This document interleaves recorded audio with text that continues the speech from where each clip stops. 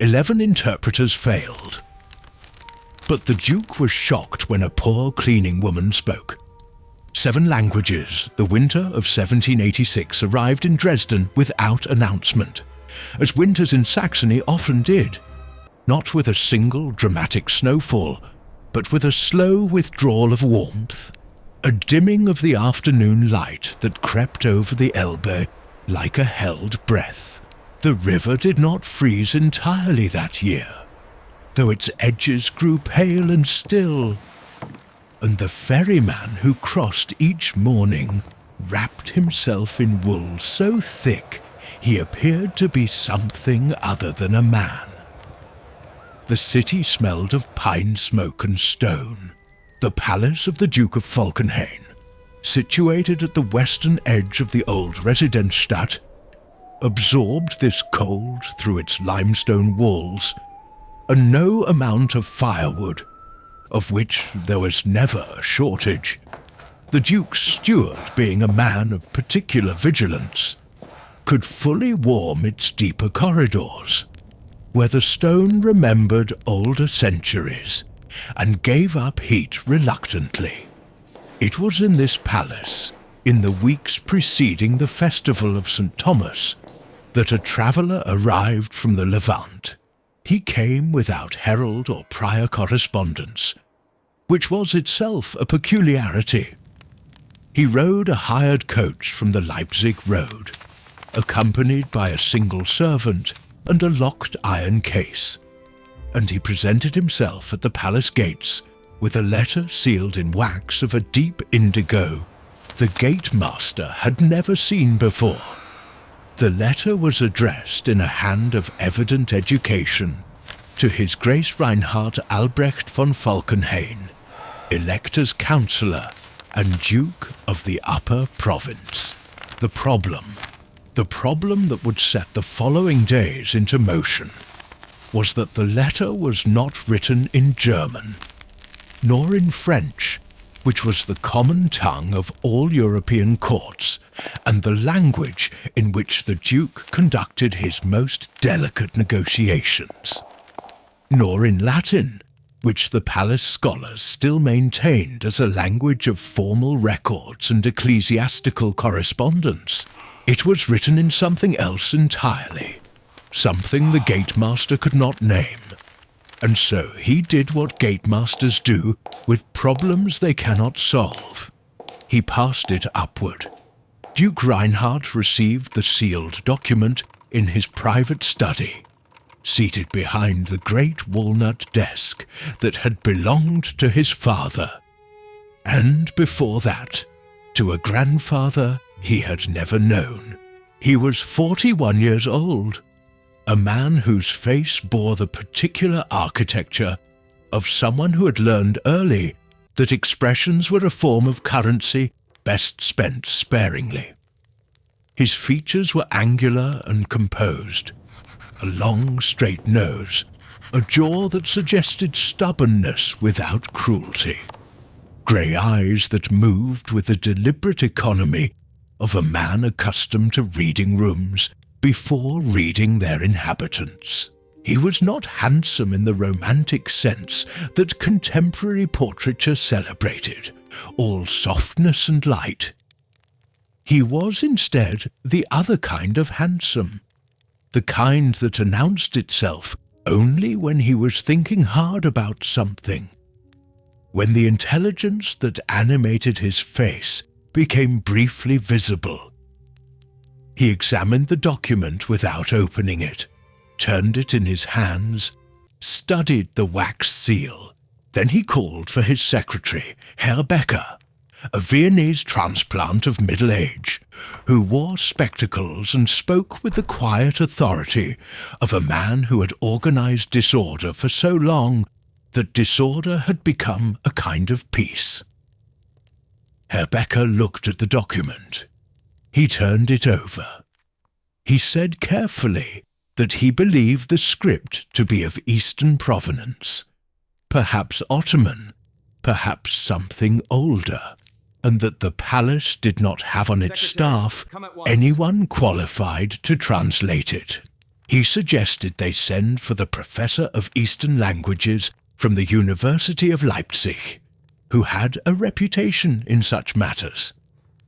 The traveller from the Levant, who gave his name as Yusuf al-Rashid, and declined politely but firmly to explain his purpose until his letter had been read, was installed in guest quarters of middling comfort, his iron case locked in the palace strong room, and his servant given a bed in the servants' hall. He waited with the patience of a man who had waited before, eating the food set before him, and asking for nothing except that he be kept informed of progress. The professor from Leipzig arrived within 3 days. He was a small, energetic man named Schreiber, who smelled of ink and had opinions about everything, expressed with an authority that had perhaps once been earned, but had since become habit. He studied the document for 2 hours, emerged from the study where he had been left in private contemplation, and informed the Duke that the script was a variant of Syriac, possibly a dialect indigenous to a specific region of the Levant, and that, while he had a broad familiarity with classical Syriac, this particular form exceeded his competence. He recommended a colleague in Prague who had spent 7 years in the region. He was thanked, compensated, and dispatched on the Leipzig road by morning. The colleague from Prague arrived 4 days later. He was taller, quieter, and older, and he spent the better part of an afternoon with the document before admitting that the script was indeed Syriac in its structure. But the vocabulary drew from something he identified as an Aramaic subdialect, possibly from a minority community in what was now Ottoman Syria, possibly older. He could read fragments. He translated tentatively 3 lines near the top of the document.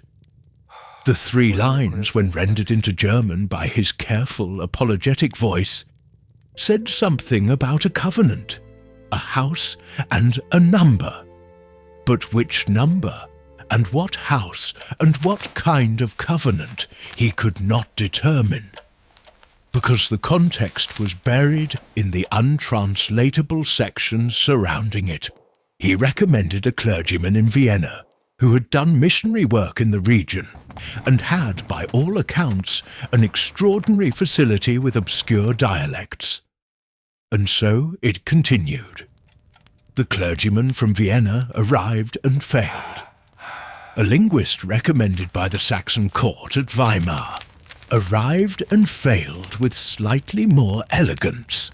A Jewish scholar from Frankfurt who was fluent in 6 Semitic languages arrived, studied the document for 3 days, produced a partial translation that raised more questions than it answered, and departed in visible frustration.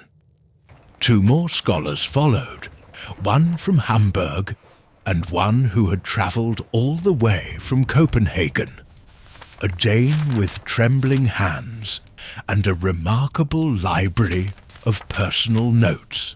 The Dane came closest. He identified the dialect with some precision, named its community of origin as a small monastic sect that had existed in the mountains east of Aleppo and had been largely dispersed by the 16th century. But his knowledge of its specific vocabulary was insufficient. He translated the opening and closing lines, lost the middle entirely, and apologized to the Duke in the tone of a man who found his own limitations genuinely offensive. By the time 11 scholars had come and gone, the winter had deepened. Snow lay on the palace rooftops in thick settled layers, and the courtyard where carriages had arrived so regularly over the past weeks now sat quiet and white in the mornings. The traveller, Yusuf al-Rashid, had been in the guest quarters for nearly 3 weeks.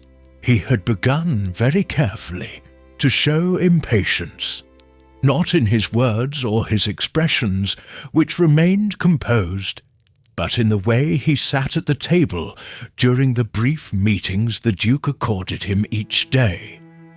A particular stillness that was no longer the stillness of waiting, but the stillness of a man deciding something. Duke Reinhardt was not a man given to frustration, or rather, he was given to it privately, and concealed it professionally with considerable discipline. But the failure of 11 scholars, 11 men of education, of publication, of academic reputation, assembled over careers of sometimes decades, produced in him something he disliked: uncertainty. He did not enjoy not knowing things. He did not enjoy the sensation of a problem-resisting solution despite the application of resources and intelligence. And he did not enjoy, most particularly, the quiet observation he perceived in Yusuf al-Rashid's dark eyes during their daily meetings. The look of a man who found the exercise informative in ways the Duke could not entirely discern. It was on the evening of the 22nd day, a Thursday, cold enough that the window panes in the great hall had grown thick with interior frost, that the Duke summoned his staff for an inventory, not of the household goods, but of the people, every servant, every clerk, every tradesperson who moved through the palace with any regularity. He wanted, he told Herr Becker, to know who was here and what they knew. It was the kind of systematic approach he applied to military problems, to diplomatic negotiations, to the management of estates. Begin with what is available before reaching further for what is not. It was a reasonable instruction, and Herr Becker executed it with his customary thoroughness, producing by the following morning a list of 47 names, organized by department and function. The Duke read through it over his breakfast with the same attention he gave to any document, carefully, without hurry, conscious that information yielded its meaning differently, depending on the posture of the reader. He noted the kitchen staff, the stablemaster and his boys, the footmen, the laundresses, the seamstress retained for alterations. He noted, near the bottom of the list, in Herr Becker's small regular script, Aneta Radishova, cleaning woman, Bohemian by origin, employed 4 years, no incidents of note. He almost passed it over. There was no particular reason to pause at that name above any other. No asterisk, no annotation, nothing to mark it as significant. But the Duke paused at it anyway, in the way that a practiced reader sometimes pauses at a sentence that seems ordinary, until the silence after it reveals that it was not. Bohemian. He thought about the Prague scholar who had identified the dialect as related to a community dispersed across the eastern Mediterranean. He thought, for no reason he could have articulated at that moment, about the quality of invisibility, how certain people cultivated it deliberately, and how deliberately it was distinct from merely going unnoticed. He asked Herr Becker, when the secretary arrived to collect the morning correspondence, whether he knew anything further about the woman named on the bottom of the list. Herr Becker knew what he knew of all the domestic staff, which was their function, their tenure, their conduct, as reported by their immediate supervisors, and nothing beyond. She cleaned the East Wing corridors, the library anteroom, and 3 of the formal receiving rooms.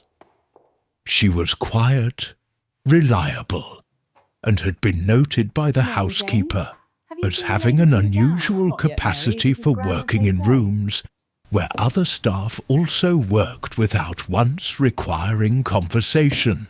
The housekeeper had meant this as a compliment. Send for the woman. The Duke set down his cup. He told Herr Becker to send for her. Annetta Hradishova had not been inside the Duke's study since her first week in the palace, when she had cleaned it as part of her introduction to the East Wing rooms, and had then been reassigned to the corridors, which required more frequent attention and fewer encounters with its occupant. She was 34 years old, though she appeared to those who noticed her at all somewhat younger or somewhat older, depending on the light, as though her face had not settled into a definitive age, but remained suspended between several. She was of medium height, her hair dark and pinned with the efficiency of a woman who had learned to manage her appearance as a matter of practicality rather than vanity.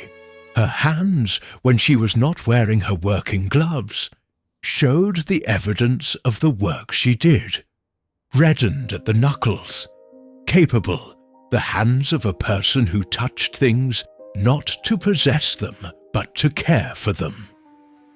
She had arrived at the palace 4 years earlier with 2 letters of reference and a name that the housekeeper, a Saxon woman of deep provinciality, had immediately shortened to Netta, as she found the full form awkward to pronounce. Annetta had not corrected her. She did not correct much. She moved through the palace with a quietness that was not timidity. Those who paid close attention, and almost no one did, would have noticed that her quietness was deliberate, structured, like the practiced silence of a musician who understands that the rests between notes are as intentional as the notes themselves. She spoke when spoken to, rarely volunteered words, and had developed over 4 years a near-perfect understanding of how to be in a room full of people without being perceived as part of it.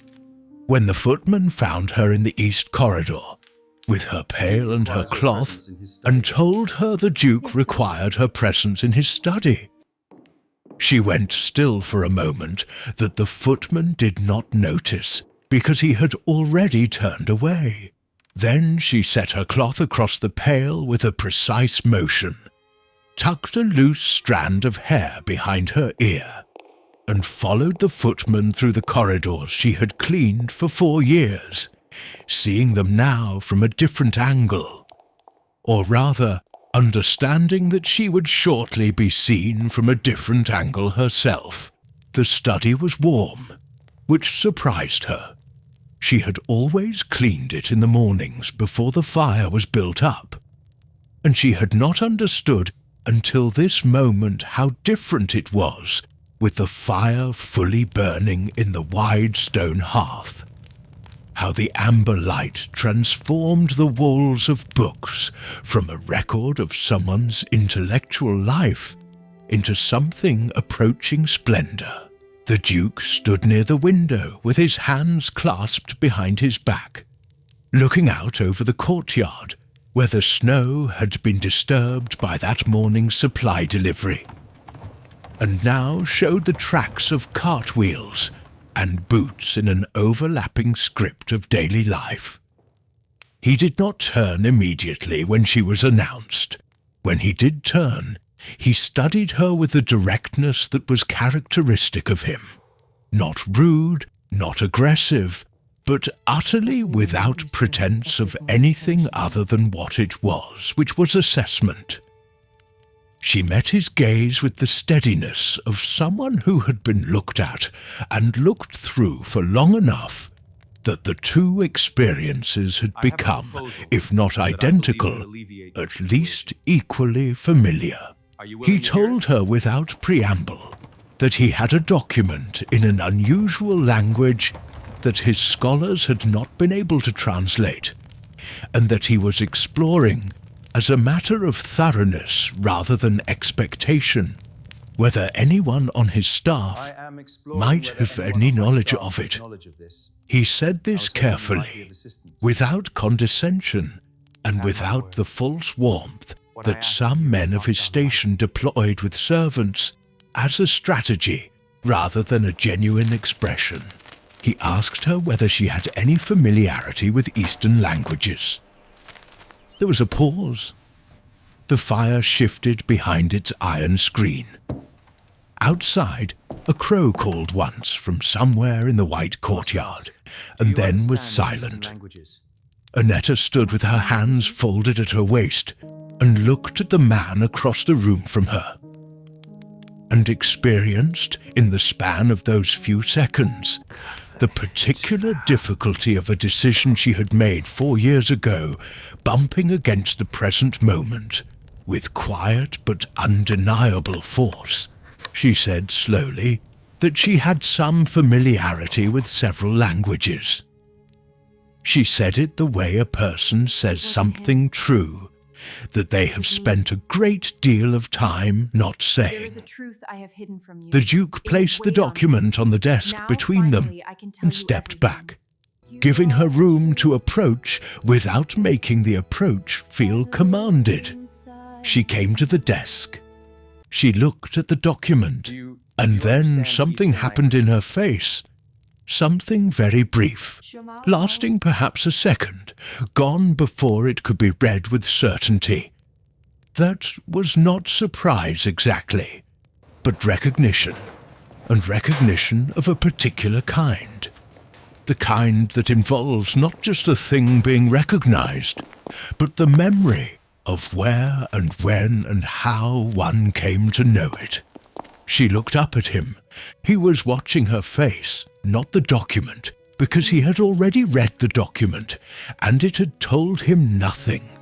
And her face was, at this moment, considerably more informative. She said that she could read it. He asked her to do so. She pulled the nearest chair slightly away from the desk without asking permission. Not because she was presuming informality, but because she needed the light from the window to fall at a different angle on the page. And she sat down and read. Her voice, when she began, was different from the voice she had used to answer his initial questions. It had changed register the way a musician's does when they stop talking about the music and begin to play it.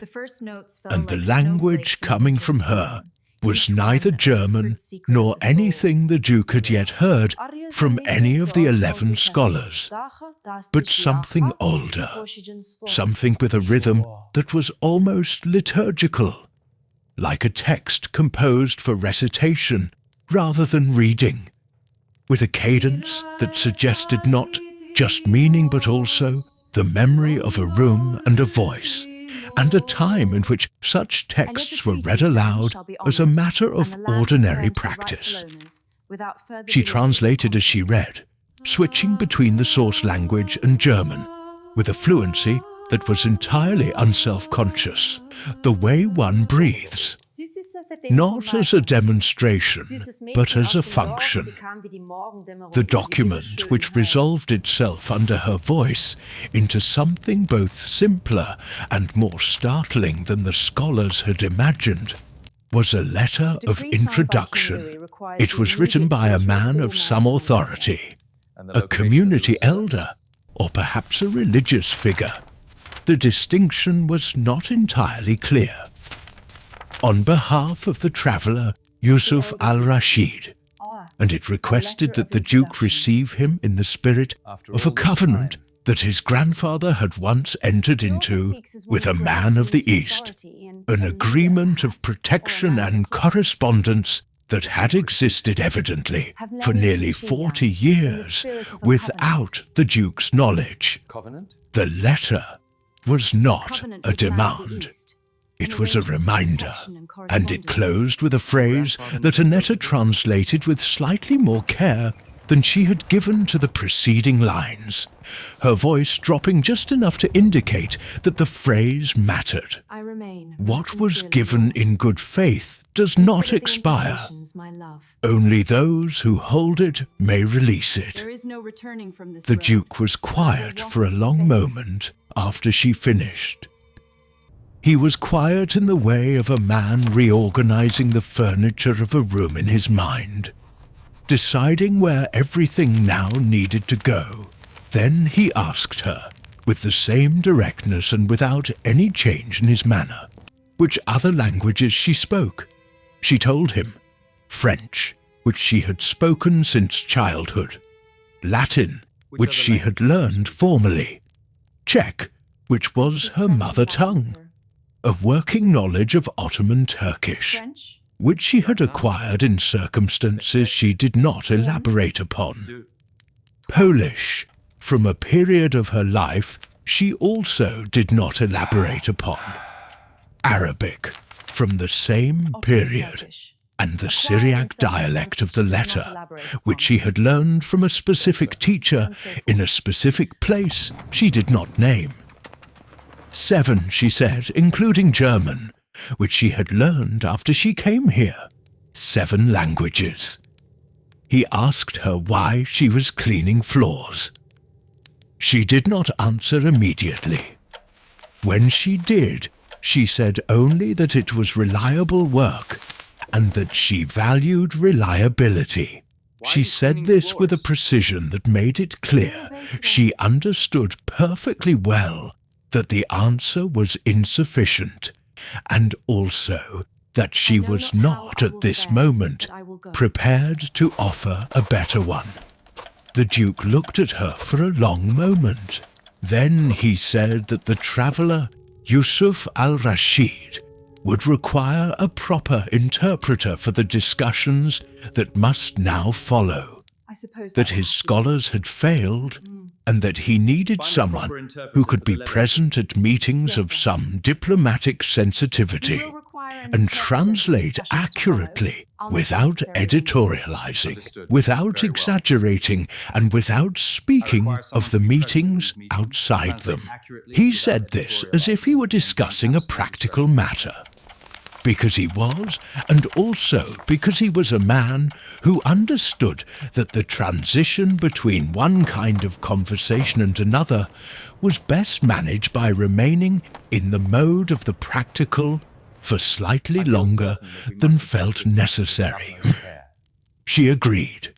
She Indeed. said she would be available whenever she was needed. He said she would be paid accordingly. She nodded and stood and returned the chair to the position she had moved it from. Precisely, as if she were leaving the room exactly as she had found it. At the door, she paused. Not, he would think later, because she had forgotten anything, but because she had remembered something, and said without turning fully around that the closing phrase of the letter was probably the most important part, and that his grandfather had apparently been a man worth knowing. Then she left, and the door closed behind her with the same quiet with which she moved through all the rooms of his house, and the Duke stood in the amber light of his study with the translated document on his desk, and the sense, pronounced, unusual, slightly uncomfortable, that he had been in the same room as a significant person without having recognized it for 4 years. The meetings with Yusuf al-Rashid began the following morning. They took place in a small sitting room adjacent to the library, chosen because it was warm and away from the main flow of palace traffic. The traveller entered for the first meeting and saw Annetta seated at the table with a small notebook and a pen, and something changed in his expression. Please, take a seat. Not surprise precisely, but recalibration. The look of a man updating a calculation. He greeted her in Arabic. She answered in Arabic. They exchanged briefly several sentences that the Duke could not follow. And then she turned to explain that she had told the traveller she would translate faithfully, and asked him to confirm that this was his understanding as well. Yes, I understand. The traveller confirmed it, and the meeting began. She was extraordinary at it.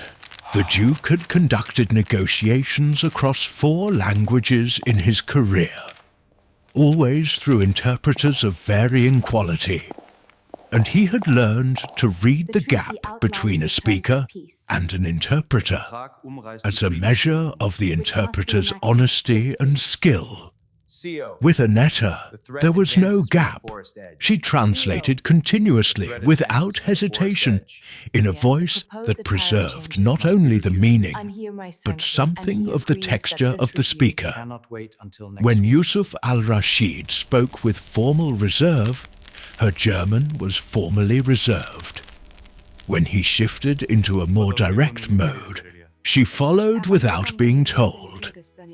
When a phrase had no clean equivalent, she said so, briefly and precisely, and offered 2 possible renderings, explaining the difference in a single sentence.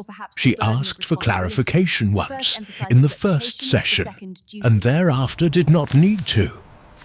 She filled the notebook with notes she referred to not as a record, but as a map, using them to navigate between sessions, to maintain consistency across 3 days of meetings, to hold in her memory the evolving structure of something that was slowly, conversation by conversation, revealing itself to be more complex than a simple letter of introduction had suggested.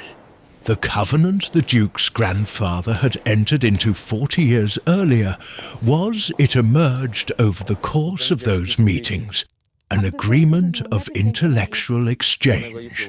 His grandfather, a man the Duke had known only as an old man of severe bearing and surprising personal kindness, had spent 2 years in the Levant in a diplomatic capacity in the 1740s, and had there befriended a scholar of the dispersed Syriac community, whose knowledge of classical manuscripts was extensive, and whose access to texts that had not reached European libraries was considerable. The 2 men had agreed to a correspondence and an exchange. Texts copied by hand, shared across the distance, with the understanding that what passed between them was a form of trust that did not require institutional backing. The scholar's grandson, Yusuf al-Rashid, was here to confirm whether that trust still held.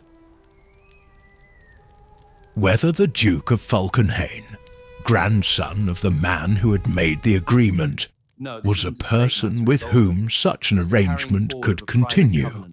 It was, when fully understood, not a diplomatic mission in the conventional sense. It was something older and more personal, the carrying forward of a private covenant between 2 men, across a generation, across distance, through the medium of a young man willing to travel a very long way on behalf of a memory. The Duke listened to all of this through Annetta's voice, sitting across the table from the traveller in the small, warm room. And what he felt was not what he had expected to feel. He had expected, perhaps, the satisfaction of a resolved problem, the particular clean feeling that came when something opaque became clear. What he felt instead was something in the order of shame, a subtle, private thing he would not have named aloud, and did not linger on, but which was present nonetheless. He had had a grandfather who had done something quietly remarkable, who had formed a bond of intellectual generosity across an enormous cultural distance. And he had known nothing of it. The palace housed that grandfather's library. Thousands of volumes organized by the same steward who managed its firewood supply. And somewhere in the East Wing corridors, cleaning the floors of rooms that contained his grandfather's legacy, had lived for 4 years.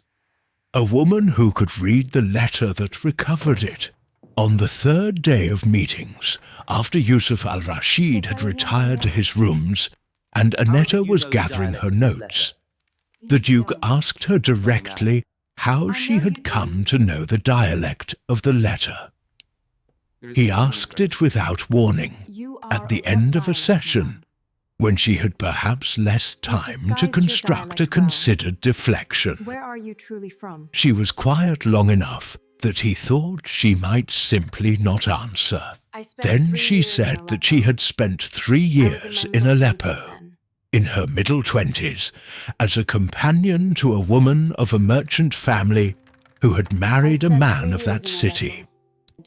She had been there as a kind of unofficial secretary, handling correspondence and translation for a household that moved between 3 languages daily. The woman she served had connections to many communities, including the dispersed Syriac one, and there had been an old man in that circle, a scholar of 80, nearly blind, who had spoken the dialect as his first language, and had been the last living person she was aware of who could do so fluently.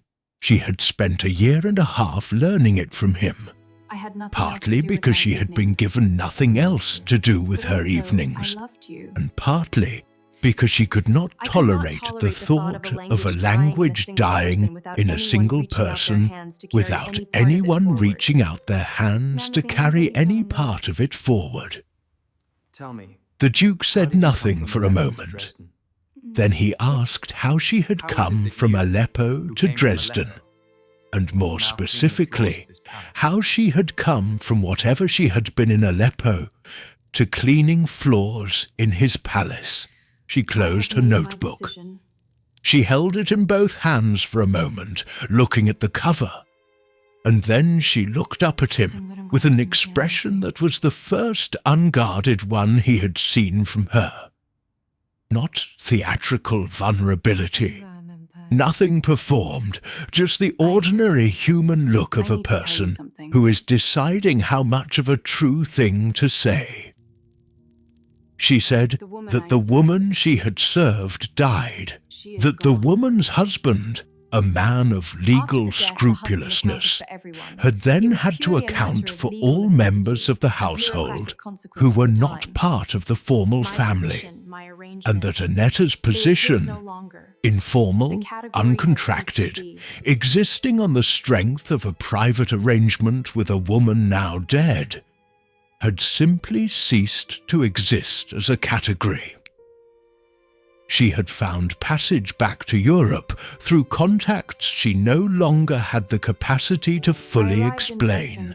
She had arrived in Dresden because she had once, years before, in a different life, known someone from here. The someone was also dead. She had stayed because she had arrived with very little and had found almost immediately work that asked of her nothing more than she could give and gave her in return the thing she needed most at that time, which was not money and not comfort, but silence. She said it without bitterness, which made it more affecting than bitterness would have been. She had arrived in his palace needing a place to be invisible, and his palace had provided that with the particular efficiency of large institutions that accommodate invisibility as a structural feature rather than a deliberate design.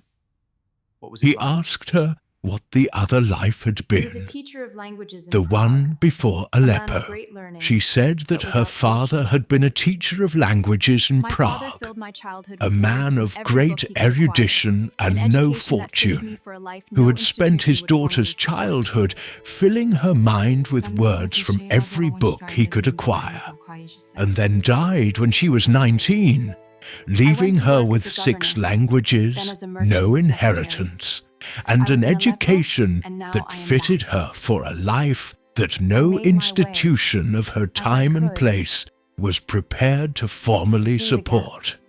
She had made her way as she could, first as a governess, then as a secretary to the merchant's wife, then to Aleppo, then back. 7 years of movement, then stillness, then his palace. The Duke listened with a quality of attention that was different from his usual kind. Not the attention of a man assessing information for its utility, but the attention of a man listening to a person, which is a different and considerably less comfortable posture, because it requires leaving space for the weight of what is said to settle, without immediately reaching for what to do about it. When she finished, he said nothing that attempted to resolve what she had told him into something manageable.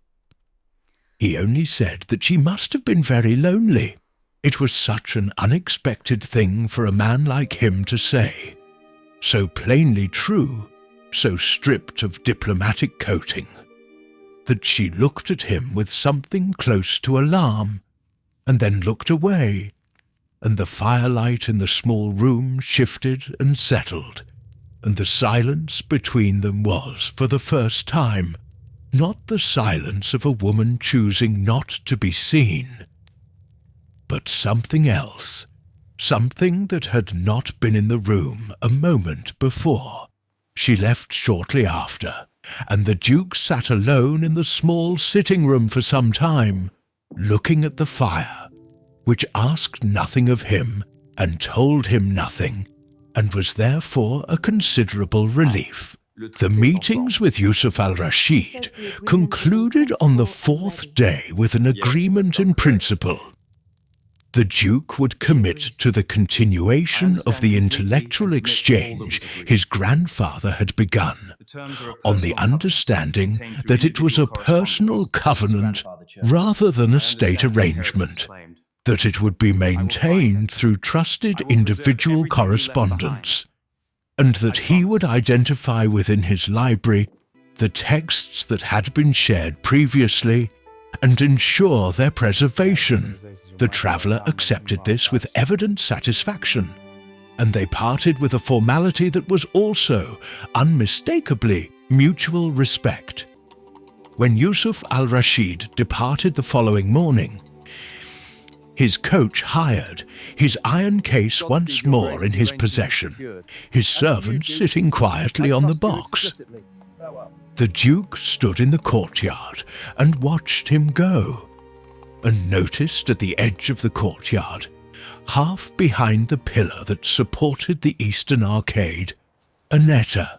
She was watching the coach leave with an expression he could not read from across the distance.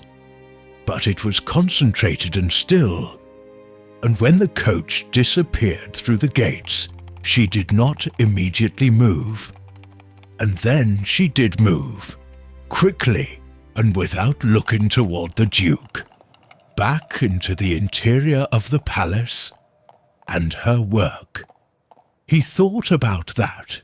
He thought about it with more frequency than was strictly useful over the following days, in the particular way that a mind returns to something because it has not yet finished with it.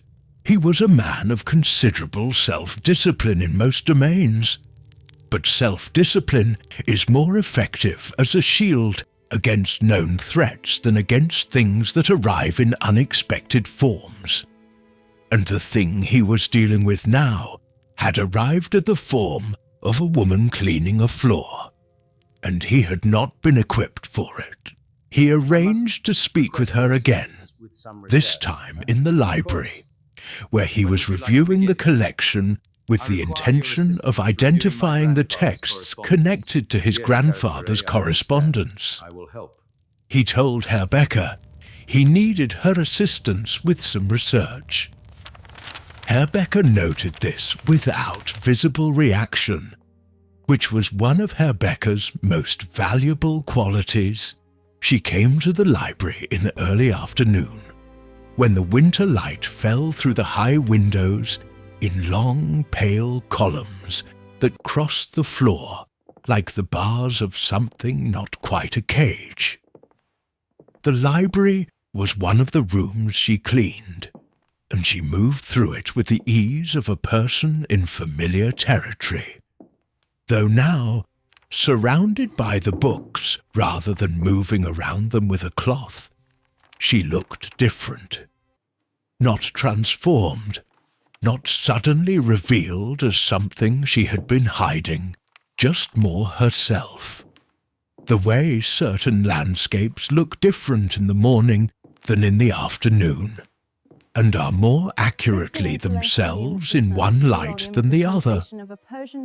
They worked through the catalogue together over 3 afternoons.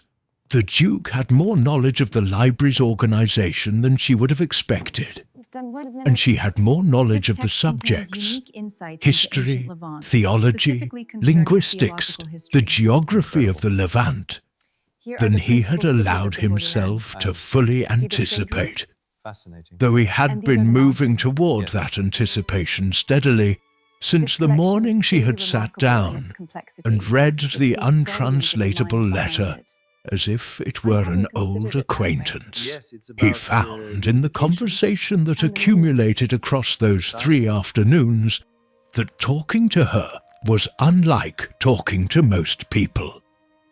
It was not that she was easier to talk to. She was in many respects harder, because she listened with a completeness that meant she heard not only what was said, but what was implied, and she did not pretend otherwise. But there was a quality to the exchange that he had not encountered in many years, perhaps ever, and which he had not known he was missing. The sense of speaking to someone who had no interest in managing his impressions of them, who was simply in the conversation without strategy. The court was full of people who spoke strategically, including him. The quality of its absence was disorienting and quietly extraordinary. She spoke about books with the same naturalness with which she had translated, not performing expertise, but simply existing within it, moving through ideas with the ease of a person who had been living among them for decades, which she had. She spoke about the dispersed Syriac community with a tenderness that was not sentimentality.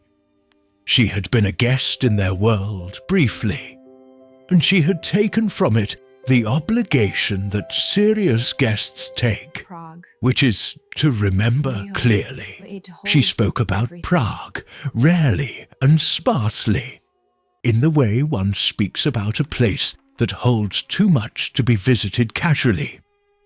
She did not speak about the years between, and he did not ask again, because he understood that he had already been given more than was easy for her to give, and pressing further would be a misuse of what had been extended. What he did not say, across those 3 afternoons and into the evenings that followed in his own study, alone, with the catalogue notes she had written out for him in a hand that was precise and slightly unconventional, a hand that bore the marks of having been taught by someone who believed in letter formation as a form of respect for meaning. What he did not say was what was becoming apparent to him in the gradual, reliable way that things become apparent when one stops trying to prevent them. He was a man of position and constraint. He had been married once in his early 30s to a woman of suitable family whom he had respected and with whom he had lived for 6 years in a peace that was not happiness but was honest and kind, and who had died of a fever in the summer of his 38th year, leaving him with a sense of grief that had surprised him in its depth. Grief not for something lost, but for something that had not quite managed to become itself in the time it had been given. He had not remarried. He had not until now been meaningfully tempted to reconsider the self-sufficient order of his days. The temptation was not, or not primarily, of the kind that a man of his era and station might have managed with the casual pragmatism that power often makes available. That form of resolution had occurred to him and been set aside almost in the same moment, not because he was morally inflexible, but because he understood Aneta Hradisheva well enough by now to know that the woman who had survived what she had survived and chosen, with full intelligence, to make herself invisible in the corridors of his palace, was not a woman to whom pragmatic resolutions were available. She had arranged her life around certain refusals. She would refuse that one without hesitation, and he would lose whatever this was, this particular quality of afternoons in the library, permanently and deservedly. He thought about what he could offer that she would actually want. He thought about this the way he thought about difficult negotiations, not in the mode of strategy, but in the mode of genuine inquiry. What did she want? She had told him, without meaning to, in the way people tell you things when they stop performing. She wanted the silence she had found, the peace of useful work with clear edges. She wanted not to be managed, not to be positioned, not to be made into something that served another person's architecture. She had had enough of living inside other people's arrangements. She was here in his palace because the arrangement was clean. She worked, she was paid, she was left alone. The arrangement had no claim on her inner life, which she had spent 4 years carefully reconstructing in the private hours no one was paying attention to. He thought about this and understood, with the clarity that comes when one is being honest rather than strategic, that the only thing he could offer her that would not be a reduction was something he did not know how to offer, because he had never had to offer it before, which was simply himself, not as a duke with the apparatus of his station deployed around him, but as the man inside the station, who had also survived things, who was also in the process of continuing, who had also, if he was honest with himself, been moving through the rooms of his own life with some degree of invisibility, not from necessity, but from a long habit of self-containment that had at some point ceased to be discipline and become something closer to loneliness. The word had returned. He had used it with her in the small sitting room without thinking. It had been true, and he had known it was true when he said it, but he had not until now applied it to himself. It landed now with some force. The occasion, when it arrived, was not an occasion he had arranged. It arrived in the form of a coincidence. He came into the library late one evening, unable to sleep, intending to read, and found her there. She was not cleaning.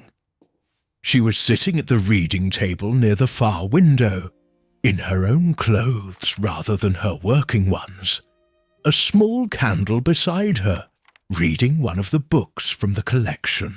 She heard him come in. She always heard people come into rooms she was in. He had noticed a wariness so built into her movement that it had become automatic. And she looked up, and the expression on her face in the candlelight was one he had not seen before, because it was the expression of someone who had been entirely alone and had not expected to be seen. It was not guilt, it was the specific vulnerability of the unguarded moment, the face one has when no one is watching, caught in an instant of being watched. You are welcome to use the library. He said quietly that she was welcome to use the library. He said it immediately and without ceremony, because he did not want her to feel that she had committed an error.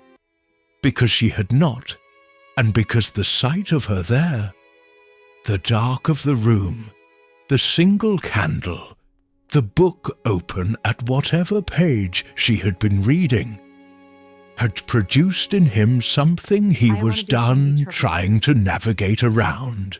I had not thought She said she had not thought she was welcome. She said it simply, stating a fact. And the fact was that she had been right to think so.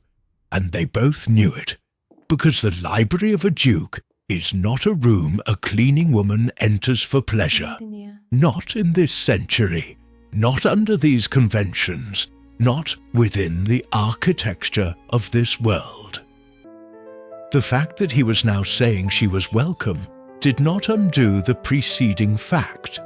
It only introduced a new one. He came further into the room and sat down across the table from her. And they were alone in the library at 11 o'clock on a winter night in Dresden in the year 1786. And the candle between them was insufficient to read by, but entirely sufficient to see by.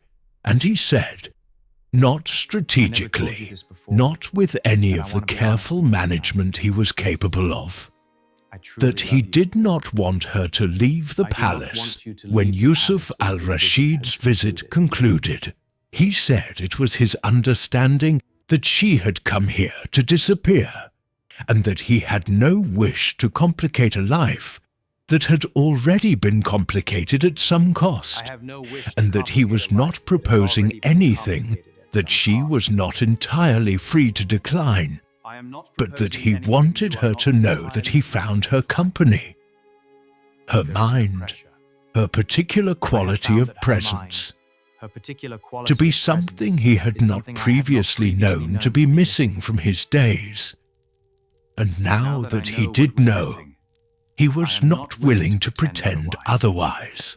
He said this in the way he said important things, without drama, without the rhetorical flourishes that men of his class deployed to make declarations more palatable. He said it plainly. He said it as if it were a fact he was disclosing rather than a desire he was performing. Annette looked at him across the table for a long time. The candle moved. The library was silent except for the particular silence of housed books, which is a different silence from that of empty rooms. Fuller, somehow, as if all the accumulated thought between the covers were generating a quiet hum below the range of hearing. She said that she had come here to become invisible. She said that she had been quite successfully invisible for 4 years, and that his grandfather's letter had made that impossible, which she recognized was not something she could reasonably be angry about, but which was nonetheless a disruption she had not prepared for. She said that she was not by nature a woman who trusted quickly, and that this was not a flaw of character, but a response to a history she had given him only the outline of. She said that she did not know what she was prepared to offer him in return for what he was describing, because she was not certain she knew any more what she had that was hers to give, and that this uncertainty was not false modesty, but genuine. Then she said that she had been reading the letters his grandfather had left in the back section of the catalogue. Copies of his correspondence, preserved with a thoroughness that suggested the old man had understood they mattered. She said that his grandfather had been, from what she could read, a man of surprising generosity, someone who had looked across very large distances of culture and class and background and seen simply a person worth knowing. She said she thought it was possibly hereditary. She said this last thing very quietly, and then looked down at the book in front of her, and the candlelight did what candlelight does to the faces of people who have just said something true and are uncertain of what it will cost them. It made her look, for a moment, entirely real, without any of the layered protection that 4 years of practiced invisibility had built up around her. She looked like a person who was present, specifically and entirely, in this room, this night, this conversation. The Duke did not move. He sat with his hands on the table, and understood that this was one of those moments in which doing nothing is the most deliberate and significant thing available. He let the silence last.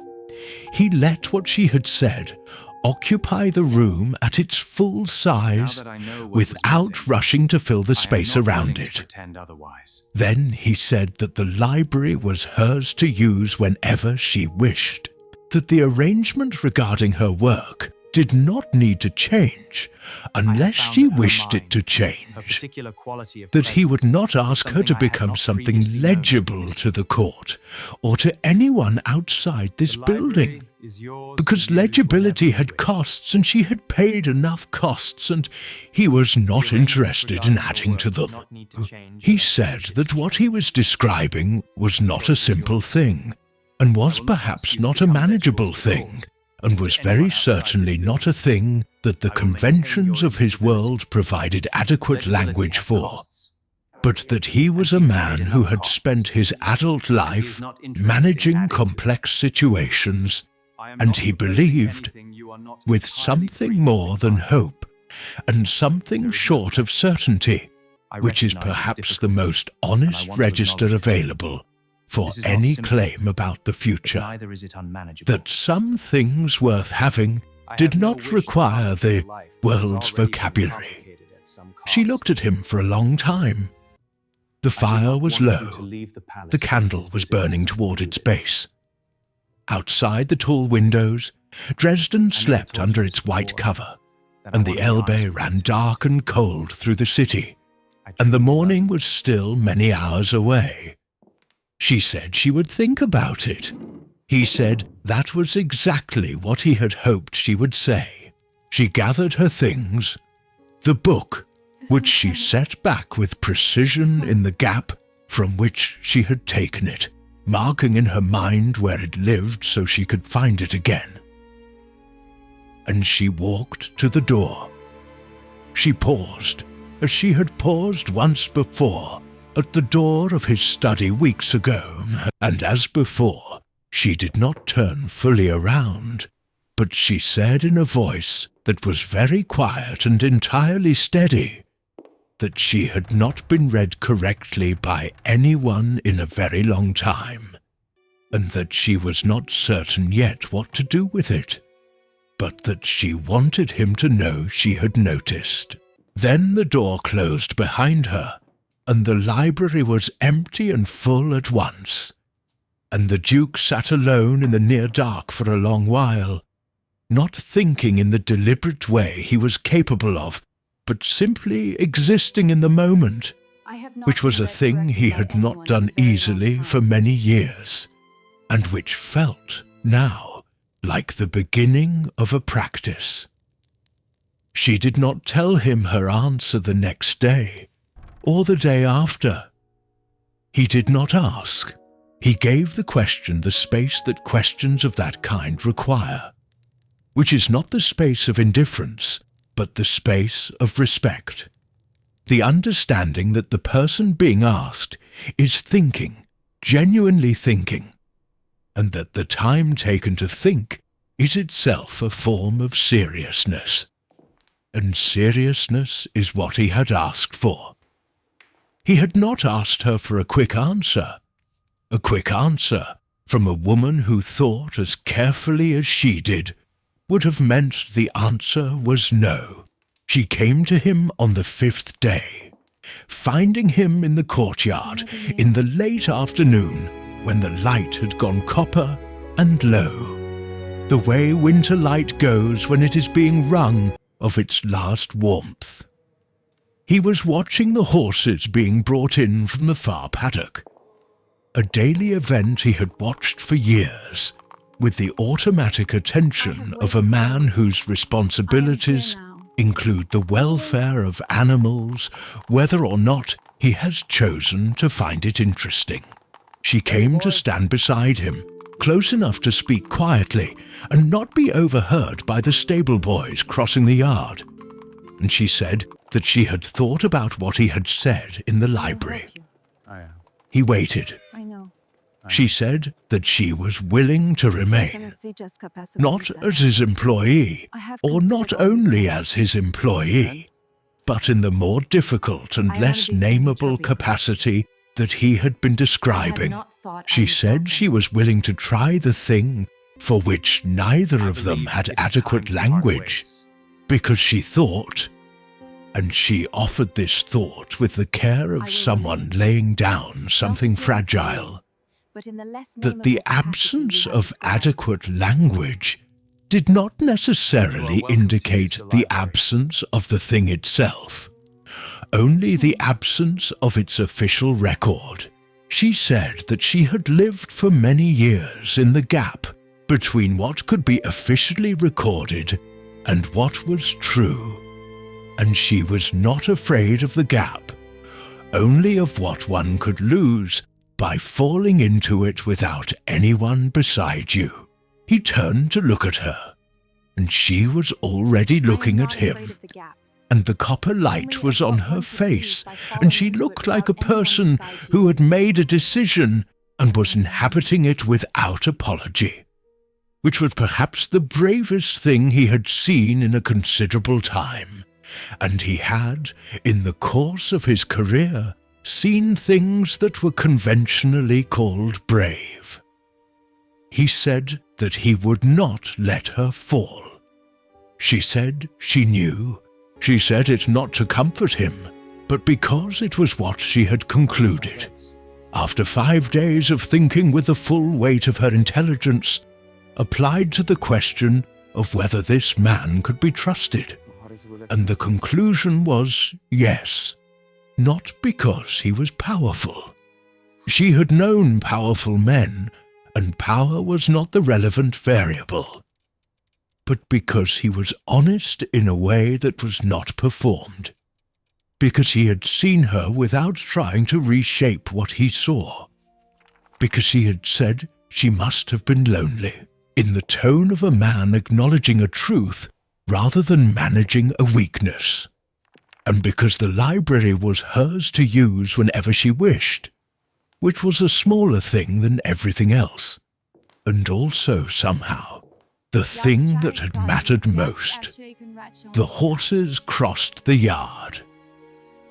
The stable boys called to each other in the cheerful, abbreviated language of cold people finishing their work.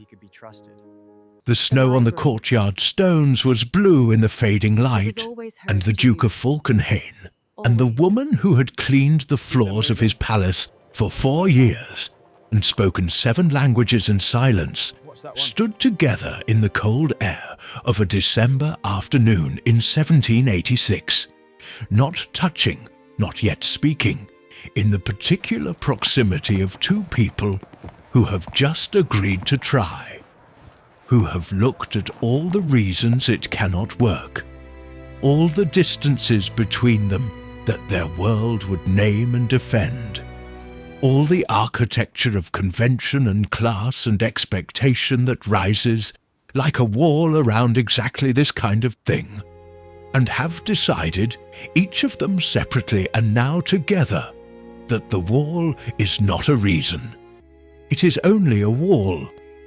And she had spent her life learning languages that crossed borders. And he had spent his life negotiating impossible situations toward livable ones. And the winter was long, and the library was warm, and his grandfather, somewhere on the record of his carefully preserved correspondence, had written to a man across an enormous distance that what was given in good faith does not expire. Only those who hold it may release it. They did not release it,